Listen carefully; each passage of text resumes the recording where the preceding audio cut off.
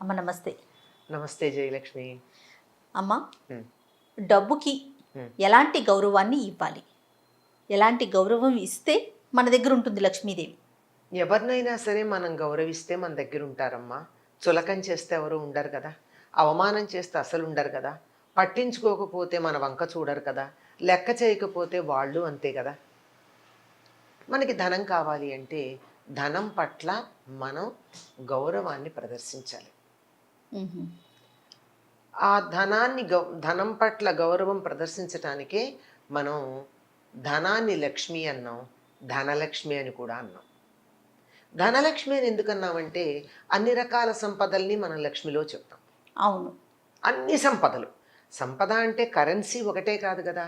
అన్ని రకాలైనటువంటిది ఆరోగ్యం దగ్గర నుంచి ధనలక్ష్మి, ధాన్యలక్ష్మి, విద్యాలక్ష్మి, విజయలక్ష్మి, ధైర్యలక్ష్మి అంటూ మనకు కావాల్సింది ఏదైతే ఉన్నాయో అవన్నీ సమృద్ధిగా ఉండాలనుకుని, ఆ సమృద్ధిగా ఉండాలి అనే భావనతో లక్ష్మి అన్న పదం వాడాం. హ్మ్. అందులో మరి ధనం అంటే ఏమిటి అన్నారు మన వాళ్ళు. ధనం అంటే ధనం అగ్నిర్ధనం వాయుర్ధనం ఇంద్రోధనం వసుః అని చెప్పి శ్రీ సూక్తంలో చివర చెప్తారు. హ్మ్. ధనం అంటే ఏది ఇప్పటికిప్పుడు మనం వాడుకోవడానికి ఉపయోగపడుతుందో అది ధనం. వాడుకోవడానికి ఉపయోగపడాలి. నాకు కానీ మరొకళ్ళకి కానీ. హ్మ్. అలా ప్రయోజనాన్ని కలిగించేది, ప్రయోజనాత్మకంగా ఉండేది, ప్రయోజనకరంగా ఉండేటటువంటి దాన్ని ధనము అన్న పేరుతో పిలిచారు.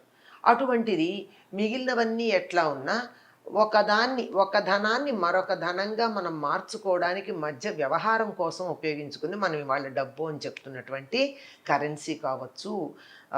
కరెన్సీ హ్మ్. కావచ్చేమిటి కరెన్సీని. అవును. అంటే కరెన్సీ అంటే వెంటనే నోట్లు అని అర్థం వస్తుందేమో, చిల్లర కూడా అందులో కలిసి ఉంటుంది అనే ఉద్దేశంతో చెప్తున్నా. ఆ! ఏదైనా సరే మనం బార్టర్ సిస్టమ్కి మధ్యలో మాధ్యమంగా వాడుకున్నాం. వస్తు వినిమయానికి అన్ని డబ్బు. సందర్భాల్లోనూ వస్తువుని ఇవ్వలేం గనక వస్తువుకు ఒక వెల కట్టి దానికి గుర్తుగా ఒకప్పుడు వెండి నాణ్యాలు, రాగి నాణ్యాలు, బంగారు నాణ్యాలు ఉండేవి హ్మ్. కదా! అవును. ఇప్పుడు అవన్నీ మనకు కష్టం అనిపించి కాగితాలు, నికెలు, క్రోమియము, ఒకప్పుడు ఇత్తడన్నా ఉండేది. ప్రస్తుతం అది కూడా కాదు. అవును. ఇట్లాంటివి పెట్టుకున్నాం. ఏదైనా సరే ఒక అండర్‌స్టాండింగ్ కోసం పెట్టుకున్నాం. ఒక ఒప్పందం. హ్మ్. నోట్ల మీద ఉంటుంది. I agree to pay the amount అని ఒక ఒప్పందం గురించే ఉంటుంది అందులో. అవును. అలాంటి ఒప్పందంగా తీసుకునేటటువంటి దేనికి రిప్రజెంటేటివ్‌గా పెట్టుకున్నాం మనం దాన్ని? ఒక సంపదకి రిప్రజెంటేటివ్‌గా. ఇప్పుడు నేను ధాన్యం పండించాను. హ్మ్. కిలో బియ్యం అయితే 50-70 దాకా ఉన్నాయనుకోండి. నా దగ్గర ఎక్కువ పండాయి. పండితే నేను అవి ఇచ్చి కందిపప్పు తెచ్చుకోవాలంటే ధాన్యం బస్తా మోసుకెళ్ళలేను కదా! అవును. అందుకని ధాన్యం బస్తాకి ఇంత అని లెక్కగట్టి దాన్ని ఒక కాగితం మీద పెట్టుకుని, ఈ కాగితం ప్రకారం అక్కడికి ఇచ్చి, అక్కడి నుంచి నేను కందిపప్పో, మినపప్పో, ఏది నెయ్యో కావాలంటే అది. ఏది కావాలంటే తెచ్చుకుంటున్నాను. అవును. అంచేత ఇది వస్తు వినిమయానికి మధ్యలో ఒక మాధ్యమంగా ఉంటుంది. ఎకనామిక్స్ వాళ్ళు కొంచెం డిఫరెంట్‌గా చెప్తారు. మనకి వ్యవహారం గనక నేను చెప్తున్నా, అవునవును. మామూలు మనుషులకు వ్యవహారం గనక. అట్లా ఉండేటటువంటిది ఇది దేనికి ప్రతీక? సంపదకి. సంపదకి.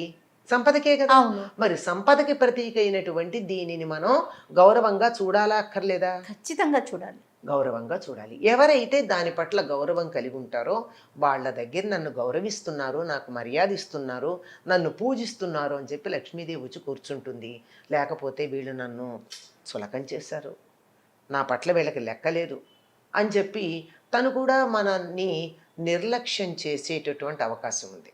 హ్మ్. అందువల్ల ధనాన్ని, పోనీ ధనం అంటే వేరే సంగతి కాదు, దేన్నైనా సరే మనం మనకి పనికొచ్చే వస్తువు అనుకున్నటువంటి దాన్ని చులకన చేయకూడదు. మనకి ఇంట్లో పూర్వం పెద్దవాళ్ళు ఉంటే చెప్పేవాళ్ళు, ఇప్పుడు అందరికీ పల్లెల్లో తప్ప ఎక్కడా అటువంటివి లేవు.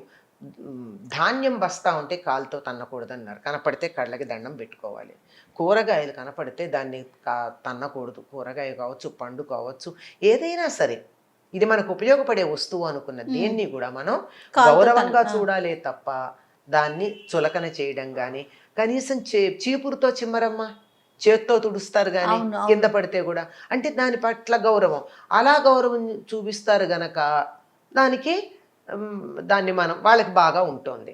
ఒక పొలాల్లో అంతా చూడాలి అంటే ప్రత్యేకంగా చీపురు కాకుండా పొలికట్ట అని ఒకటి తెచ్చుకుంటారు అక్కడ ఉండే చెట్లని.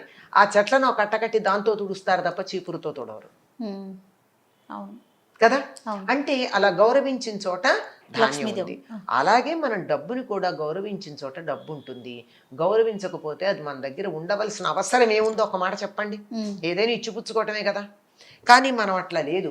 ఈ మధ్యకాలంలో అస్సలు లెక్కే లేదమ్మా. ఎట్లా పడితే అట్లా వాడతాం. ఇలా నోటితో ఇట్లా అని రూపాయలు లెక్క పెడుతూ ఉంటాం. కరెన్సీ నోట్లను లెక్క పెట్టడం చూస్తాం. ఆ. లక్ష్మీదేవిని ఎంగిల్ చేయడమా? ఎంత తప్పమ్మా. చిన్న పిల్లల్ని ఇలా ఎంగిలి ముద్దు పెట్టుకోవడానికి ఒప్పుకోమే మనం. అవునమ్మా. అవునా? ఉమ్, అట్లాంటిది లక్ష్మీదేవిని అలా నాలుగుతో ఇట్లా అని కాగితాలు లెక్క పెట్టడం అనికొస్తుందా? తప్పు. చిన్నపిల్లలైతే పావలాలు అర్ధనాలు అర్ధ రూపాయలు నోట్లో వేసుకుని నవ్వులుతూ ఉంటారు. ఉమ్, తప్పు కదా, చేయకూడదు. ఉమ్, ఇంకా కొంతమంది పిల్లలు ఇంట్లో క్యారమ్ బోర్డు లేకపోతే రూపాయి కాయిన్స్ని కాయిన్స్ పెట్టి పెట్టుకొని ఆడుతూ ఉంటారు. దాంతో క్యారమ్ బోర్డు లాగా ఆడతారు. అంటే ఆట వస్తువా? ఉమ్, కాదు కదా, ఆట వస్తువు కాదు కదా, దాన్ని గౌరవించాల్సిందే కదా. ఇంకా కొంతమంది తీసుకొచ్చి అలా విసిరేస్తూ ఉంటారు. విరాస్తారు డబ్బు. అవును అవును.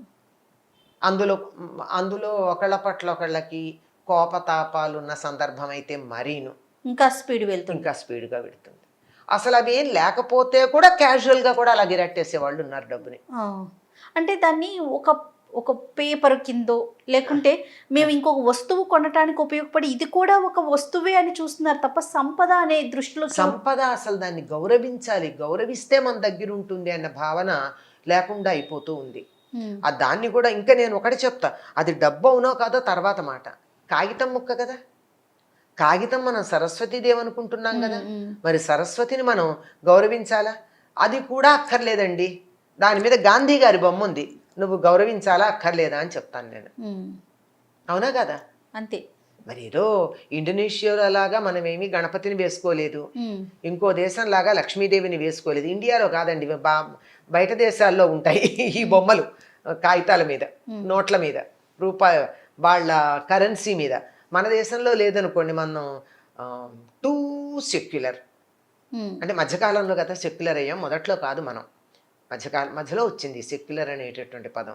సరే సెక్యులర్ అని అనుకుందాం పోని, అందువల్ల మనం వెయ్యం కదా. అంచేత దాన్ని పోని కాగితం ముక్క అనుకోండి. కాగితం దేనికి సంకేతం? సరస్వతికి సంకేతం. సరస్వతిని నిర్లక్ష్యం చేయకూడదు కదా. కాలుతో తన్నకూడదు, చేత్తో ఇట్లా ఎంగిల్ చేసి ఇట్లా లెక్క పెట్టకూడదు, విసిరివేయకూడదు అని చెప్పుకుంటాం కదా. అందుకన్నా దాన్ని గౌరవించాలి. మేమండి చాలా కష్టపడుతున్నాం, మేము కష్టపడేదానికి మాకు కోట్లు ఉండాలి కానీ లక్షలు కూడా ఉండట్లేదు మా దగ్గర అంటారు అని అంటూ ఉంటారు. లక్షలు వస్తున్నాయి కానీ అయినా అది అంతవరకే వస్తున్నాయి అంటారు. ఏమిటి? నిలవట్లేదు, లక్ష్యం చేయటల్లా, దాని మీద మీకు లెక్క లేదు, గౌరవం లేదు. కానీ పడిన శ్రమకి ఫలితంగా ఇంతో అంతో వస్తుంది. మీ నిర్లక్ష్యానికి ఫలితంగా అది మీ దగ్గర నిలిచి ఉండట్లేదు. మీట నొక్కితే దీపం వెలిగినట్టుగా విద్యుత్ దీపం, మీరు చేసిన శ్రమకి డబ్బు వస్తుంది కానీ వచ్చింది ఉండట్లేదంటే మీరు దాన్ని గౌరవించట్లా, కూర్చోవడానికి తగిన స్థానం ఇవ్వట్లా. మా ఇంటికి నేను మిమ్మల్ని పిలిచాను, మీరు కూర్చోవడానికి ఒక కుర్చీ చూపించాలా? నేను ఖచ్చితంగా చూపించాలమ్మా. ఆ 4 కుర్చీలు ఉన్నాయి, పోనీ ఆ 4 కుర్చీల్లోనూ చెత్తా చెదారం ఉండి దుమ్ము ఉంటే మీరు వచ్చి కూర్చుంటారా? లేదు, వచ్చావుగా కూర్చోక ఏం చేస్తావని నేను ఇట్లా కూర్చున్నాను అనుకో, వెళ్ళిపోతారు. లక్ష్మీదేవి కూడా అంతే. ఆవిడ వస్తోంది, వచ్చిన దాన్ని నిలబడి ఉండేటట్టుగా చెయ్యవలసినటువంటి బాధ్యత మనది అమ్మ. ప్రత్యేకించి ఇంట్లో పలానా ప్రదేశం పలానా ప్లేస్లోనే ఉంచితే ఆవిడ స్థిరంగా ఉంటుంది అని అలాంటి నియమం ఏమైనా ఉందా? అంటే వాస్తుశాస్త్రంలో ఈ మధ్య చెప్తున్నారమ్మా, ఈశాన్యం మూల గనక ఉన్నట్టయితే ధనం నిలిచి ఉంటుంది, ఈశ్వర స్థానం అని. లేదా ఉత్తర దిక్కు కుబేరుడి స్థానం గనక ఉత్తర దిక్కున ఉన్నట్టయితే కుబేరుడు ధనాధిపతి కదా, అక్కడ ఉంటుందని. కనుక డబ్బు దాచుకుంటే ఉత్తరాన్ని దాచుకోండి వాస్తుశాస్త్రం తెలిసినటువంటి వాళ్ళు చెప్తూ ఉంటారు. నమ్మకం ఉంటే ఆ పని చేయాలి. పెద్దవాళ్ళు చెప్పినది ఏమన్నా సూచించింది ఏమన్నా ఉందమ్మా? పలానా వైపు మనం పెట్టుకోవాలి, ఆవిడ స్థిరంగా ఉండాలంటే చేయాల్సింది. అట్లా పెద్దవాళ్ళు అట్లా ఏం చెప్పలేదమ్మా. ఇది వాస్తులో చెప్తూ ఉంటారు. ఉమ్, కానీ చాలామంది నాకు తెలిసి ఒకప్పుడు అంటే పాత తరం వాళ్ళు డబ్బు దాచుకోవడం అనేది దేవుడి గదిలో దాచుకునేవాళ్ళు. ఉహు, దేవుడి గదిలో దేవుడికి ఒక ఆసనం లాంటిది ఉంటుంది కదా, దాని కింద చిన్న దేవుడి సామాను పెట్టుకుని అర ఉంటుంది కదా, ఆ అరలో పెట్టుకుంటారు. అంటే ఇది మేము లక్ష్మీదేవిలా దీన్ని గౌరవిస్తున్నాము, మాకు లక్ష్మితో ఇది సమానం అనేటటువంటి అర్థంలో, లేదంటే ఇనప్పెట్టెలో పెట్టుకుంటారు. ఉహు. అమ్మవారు అక్కడ స్థిరంగా ఉంటుంది అని. దానికోసం ప్రత్యేకంగా ఇనప్పెట్టెలు ఉండేవి పూర్వం, నగలును డబ్బు పెట్టుకోవడానికి ప్రత్యేకంగా ఉండేవి అవి. అందులో మళ్ళీ బట్టలు అవేం ఉండవు ఇప్పట్లాగా. ఇప్పట్లాగా. అది పూర్తి ఇనప్పెట్టండి, ఇనప్పెట్టి అంతే అట్లాంటి. సో దీన్ని బట్టి మనం లక్ష్మీదేవికి అంటే డబ్బుకి సంపదకి గౌరవం అనేది ఇవ్వాలి. మీరు గమనించినట్టయితే ఆ, గుజరాతీలు వ్యాపారస్తులు ఉన్నారు, మార్వాడీలు, ఆ. వాళ్ళు ఒక పైసాని కూడా తక్కువ అని చూడకుండా ఎంత గౌరవంగా చూస్తారు చూడండి.